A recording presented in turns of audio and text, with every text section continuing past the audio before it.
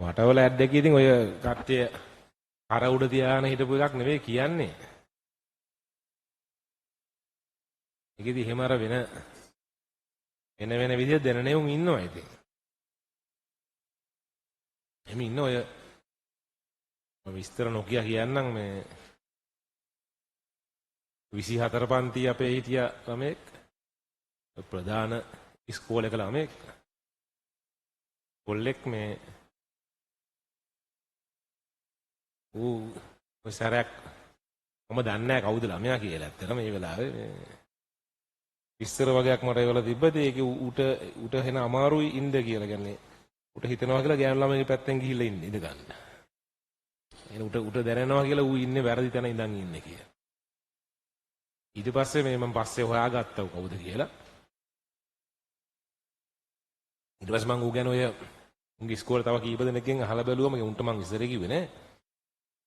මේ ඒතර ඔය අනිත් උන්ට එහෙම වෙනසක් නෑ. අනිත් උන් මේ දකින්න ඌ සාමාන්‍ය කෙනෙක් හැට විතරයි. මොකද ඌගේ ඇතුලේ එහෙම ඉන්ටර්නල් ස්ට්‍රගල් එකක් තිබිලා තියෙන සැරට. එහෙම ඒවා තියෙනවා ඉතින්. ඊළඟට ඔය වෙනස් වෙන උන් ඉන්නේ. වෙනස් වෙච්ච උන් මම දන්නවා මං අඳුරනේ උන් ඉන්නවා ආශ්‍රය කරන උන් ඉන්නවා එහෙම වෙනස් වෙච්ච උන්. මේ ඒ උන් කියන එක මම දන්නේ නැහැ. උන් කියන්නේ ඉතින් එක ඉගේ නම නොකිය ඉන්න. ඒ නම කිව්වත් උඹලා දන්නේ නැහැ මේ ලංකාවේ එන ප්‍රසිද්ධ ඩිසයිනර් කෙනෙක් යා. ෆිල්ම් වල එහෙම ඉන්න සෑහෙන ප්‍රසිද්ධ මිනිස්සෙක්. ඒක දැන් ගෑනු කෙනෙක් වගේ තමයි ඉන්නේ. ඉස්සර අපි දන්නේ මේ පිරිමි කෙනෙක් වගේ. ඉතින් එයා කියන්නේ මේ පොඩි කාලේ ඉඳන් එයාට එහෙම එයා ගෑණියෙක් වගේ දැනෙනවා. නමුත් ගෙදරට කිව්වම ගෙදර උන් බනිනවා. ඒකින් දෙයා එක මේ එහෙම හිතේ තද කරගෙන හිටියා. පස්සේ හැබැයි ඉස්කෝලේ ගිහිල්ලා ඉවර වෙලා එයා ජොබ් එකක් කරලා එයා ස්වාධීන වුණාට පස්සේ එයාගේ ෆීල්ඩ් එකට ඉඩ දුන්නා කියලා. ඊට පස්සේ එයා වෙනස් වෙන්න ගත්තා කියලා. තමයි එයා කියන්නේ මම දන්නේ නැහැ. ඉතින් එහෙම ඒවා තියෙනවා. ඉතින් ඒක ඉතින් මේ ඉතින් මොකද කරන්නේ ඉතින්? ඊළඟට ඔය දැන් ඔය වගේ දේවල් ප්‍රොමෝට් කරනවා කියලා ලොකු චෝදනාවක් තියෙනවානේ. Netflix වලට අරවට මේවට Disney වලට අරවට මේවට. ඒක නම් ඒ වැරදි රීඩින් එකක්. වැරදි රීඩින් එකක් කියලා කියන්නේ බුඩ මේක අහගන්න පුඩ. ඔය ඕගොල්ලෝ ඔය දකින්න ප්‍රශ්නේ වෙන කෑල්ලක් මම කියන්න හදන්නේ. කැසියස් ක්ලේව දන්නවද? කැසියස් ක්ලේ කියන්නේ මොහමඩ් අලි. මොහමඩ් අලි වෙන්නේ පස්සේනේ. ඔයා ශ්‍රී ලංකා කරන කාලේ කැසියස් ක්ලේ තමයි යාගේ නම. බ්ලැක් නේ. මිනිහා ඔලිම්පික් ගෝල්ඩ් මෙඩල් එක දිනලා ඉවරලා ගෙදර ඇවිල්ලා මිනිහාගේ ගමේ කියන්නේ ඇමරිකාවේ මම දන්නේ නැහැ මොකද්ද ටවුන් එක කියලා. එහෙ තියෙන රෙස්ටෝරන්ට් එකට යනවා කන්න. කන්න ගියාම වෙන ලොකු පිළිගැනීමක් දෙනවා මිනිස්සයාට. ලොකු පිළිගැනීමක් දීලා වෙම රෙස්ටෝරන්ට් එකේ අයිතිකාරයම ඇවිල්ලා ප්‍රධාන චෙෆ් ඇවිල්ලා කතා කරලා එහෙම කරලා ලොකු මාර මේ වෙල්කම් එකක් දෙනවා. ඊටසේ කෑම ඕඩර් කරාට පස්සේ මේ අරුන් කියනවා ආට මෙතන කන්න බෑ කියලා. අර ඕනේ කෑමක් කියන්න අපි දෙන්නම් මේ සල්ලිත් එපා. වගේ අපි සල්ලි අය කරන්නේ නැහැ. හැබැයි වාට මෙතන කන්න දෙන්න බෑ. එනේ ඒක සුද්ධ විතරක් කෑම කන රෙස්ටෝරන්ට් එකක්. බ්ලැක් එවුන්ට එන්න දෙන්නේ නැහැ ඒකට. එනමුට කන්න දෙන්න බෑ කියලා. ඌ ඊට පස්සේ ගිහිල්ලා ඉවරලා ඔය මීඩියා වල එවුන්ට එන්න කියලා අර මොකද්ද ගගක ළඟට ගිහලා ගෝල්ඩ් මෙඩල් එක ළඟට දානවා මේ අපේ ටවුන් එකේ රෙස්ටෝරන්ට් එකකින් මට කන්න බැරි නම් ඉතින් මේ මෙවෙන් වැඩක් නැහැ කියලා. එහෙම තමයි ඇමරිකාවේ තිබ්බේ. ඊට පස්සේ ඇමරිකාවේ බැරක් ඔබාමා වගේ කෙනෙක් ජනාධිපතිත් වෙනවා. ඔය කැසියස් ක්ලේගේ ওই සිද්ධිය සහ ඔය බැරක් ඔබාමා ජනාධිපති වෙන කාලේ අතර බැලුවොත් එහෙම ඇමරිකන් ෆිල්ම් බර ගානක ඉන්න ප්‍රෙසිඩන්ට් බ්ලැක් ප්‍රෙසිඩන්ට් කෙනෙක්. ඒ අයිඩියොලොජි එක හදන්නේ එහෙමයි. කළු මිනිස්සුත් සාමාන්‍ය මිනිස්සු. කළු මිනිසුන්ට විශේෂ හැකියාවන් තියෙනවා. ප්‍රෙසිඩන්ට්ලා විතරක් නෙමෙයි ආමි කමාන්ඩර්ස්ලා, වයිස් ප්‍රෙසිඩන්ට්ලා. එහෙනම් බ්ලැක් කෙවුන් අම්බානක් ෆිල්ම් ඉන්ඩස්ට්‍රි එකේ එනවා. මොකද කළු මිනිහා සාමාන්‍ය මිනිහෙක් බවට ජනගත කරන්නේ එහෙම. එහෙම තමයි ඕක වෙන්නේ. දැන් මේ වෙලාවේ ඇමරිකන් ෆිල්ම්ස් වල මොකක්ද ජනාධිපතිවරයලා ඉන්නේ කියලා දන්නවද? ගේහුන් නෙවෙයි. මේ වෙලාවේ හංගින්නකො මේ වෙලාවේ හොලිවුඩ් ෆිල්ම්ස් වල හැමතැනම ඉන්න ප්‍රෙසිඩන්ට්ලා ගෑනු. කාන්තා ප්‍රෙසිඩන්ට්ලා ඉන්නේ මේ වෙලාව ඕන ගොඩක් ෆිල්ම් වල. ඇයි ඒක ඊළඟ අයිඩියොලොජි එක. ඉතින් එහෙම එකක් තමයි කරන්නේ Netflix වලින් කරන්නේ එහෙම එකක්. මේ අර බ්ලැක් මිනිස්සයා සාමාන්‍ය මිනිස්සෙක් බව සමාජගත කරනවා වගේ මේ වෙන වෙනස්කම් තියෙන මිනිස්සු සාමාන්‍ය මිනිස්සු. ඒක ජනගත කිරීම තමයි කරන්නේ. ඒක ප්‍රොමෝෂන් එකක් තමයි. ඒක ඇඩ්වර්ටයිසින් තමයි. ඒක එහෙම එකක් තමයි. ඉතින් ඒක හරි. ඒකේ වැරද්දක් නැහැ. මුත් මේ අපිත් එක්ක එකට ඉන්න ඕනේ කියන එක තමයි සමාජගත කරන්නේ. ඒතර පොඩි ළමයිගේ ෆිල්ම් වලත් උන් ඉන්නවා. ඉතින් ඉන්න එපා. පොඩි එකාට පොඩි කාලේ නම් තේරෙන්න ඕනේ මේක සාමාන්‍යයි කියලා.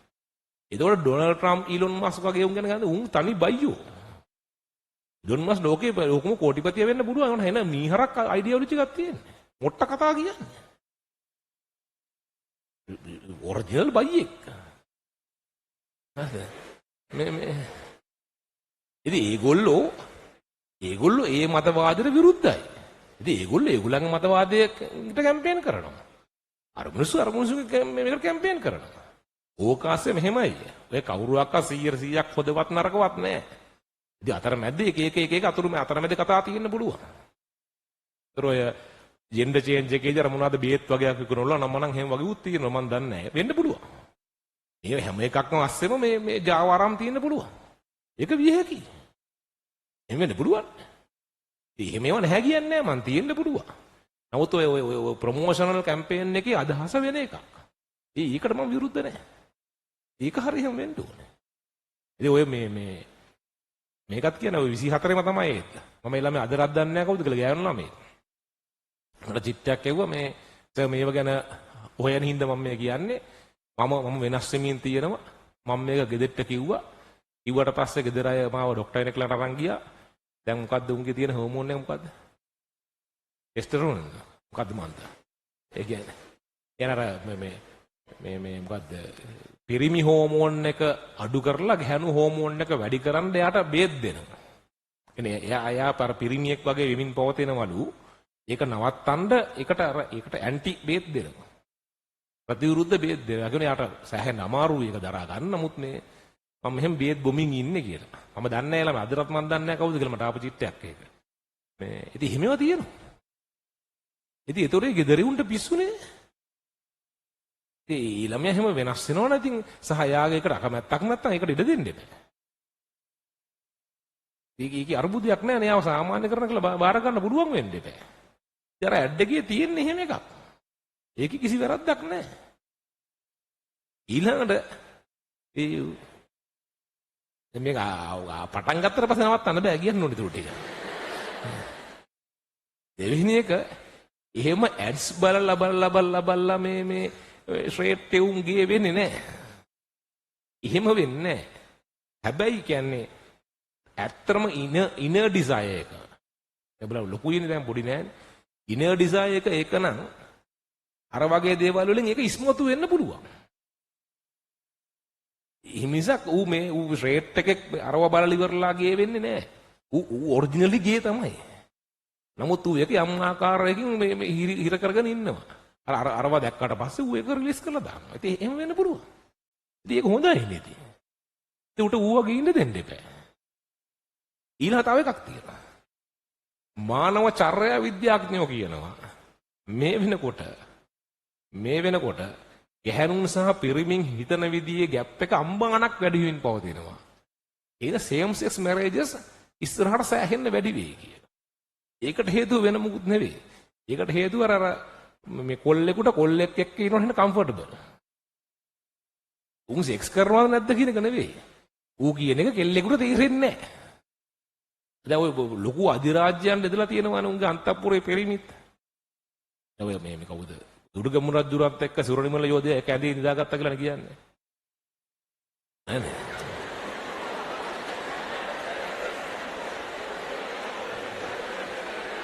ඒ දන්නේ නැද්ද ඒක?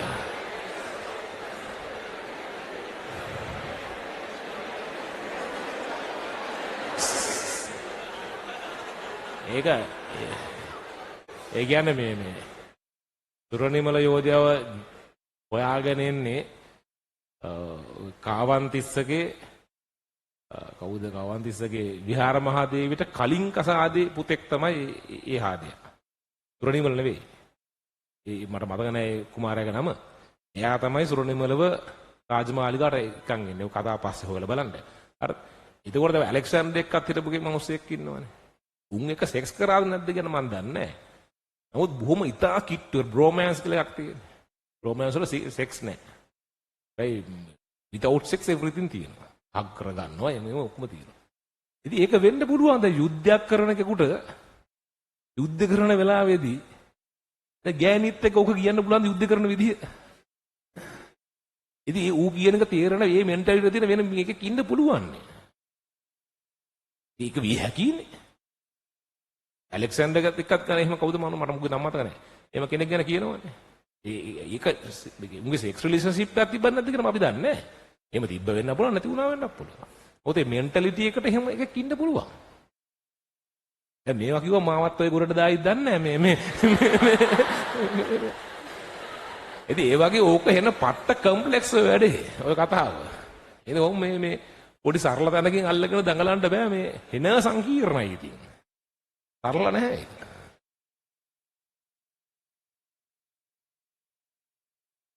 යාළුවා නේද? එයාන නිකල්. රජවරුන්ට මොකටද ඇත්තටම අන්තපුර? රජවරුන්ට අන්තපුර තියෙන ප්‍රධාන හේතුව තමයි සාමාන්‍යයෙන් මිනිසා විශ්වාස කරන එකක් තමයි ස්ට්‍රෙස් රිලීසිං වලට තියෙන හොඳම එක සෙක්ස් කියන එක. ඒකට රජුරවන්ට එහෙම උමනා කුරාම ගෙවල් ගහන යන්න බෑනේ. ඒකෙන්ද ඕල්රෙඩි එහෙම එකක් තියෙනවා. ඒක තමයි අන්තපුර කතන්දරේ තේරුම. ඒකට ඒක මේ පසු කාලිනව මේ බුද්ධ ආගම නේ වික්ටෝරියනිසම් මොකද කියන්නේ වික්ටෝරියානුවාදයේ විසින් ගෙන ආපු එන මොංගල් එකක අපි හිර වෙලා ඉන්නේ. ඒක සමහරවිට අපි හිතන් ඉන්නවා ඒක බුද්ධ ආගම කියලා. බුද්ධ ආගම නෙවෙයි ඒක. ඒක මේ වික්ටෝරියානුවාදය. ඒක ඇස්සේ මේ අපි හිතන ඒවා මේ කොටු ගහලා අයින් කරලා නම් මනම් එහෙම ප්‍රශ්නක ඉන්නේ. පස්සේ ලොකු වෙලා නිකන් හදාarලා බලන්න ඒවා. මේ අපි මෙතනින් එහාට යන්න ඕන සෑහෙන දුර ඉතින්. එන අර ගෝත්‍රික තැනක ඉන්නේ.